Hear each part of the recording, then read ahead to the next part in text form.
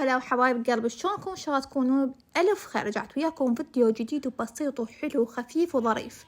إذا تريدون تسوون هاي السمبوسة بهالشكل بقرمشة وتجنن وكلش سهلة وسريعة، وسمبوسة الفقراء أنا أصيح لها بمواد غير مكلفة نهائيا. تابعوا وياي بالخطوات.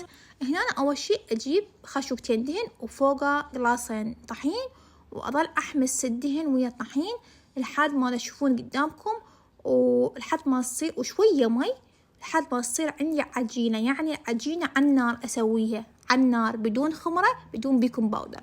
والحشو عبارة عن بسيطة مسلوقة وياها كاري وكركم وكرفس وبصل محموس مثل ما تشوفوها قدامكم، كلش طيبة وكلش سريعة، ويسموها سمبوسة الفقراء. لا تريدون تضيفون جبن فتكون اختيار، تضيفون ويا الحشوة جبن بعد تصير جبن ويا البوتيتا كلش طيب. ما تريدون تضيفون فشي راجع لكم. هنا تشوفون العجينة صارت مالتنا متماسكة وتجنن بس كلش حارة.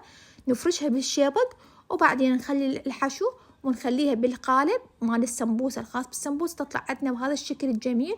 ونقليها وسهمكم بألف عافية لما تقلوها بزيت حامي وتقلوها، وتبقى بالمجمدة عندكم تجمدون من عندها لا تتفتت، تتقلى بكل سهولة تجنن الصينية. يعني لا تريدون تجمدون من عندها تصير تجنن وبس. هاي الطريقة كلش سهلة اعتمدوها. تريدون بدال الحشو تخلون لحم جبن وكرفس، انتو شي راجع لكم. مع ألف سلامة.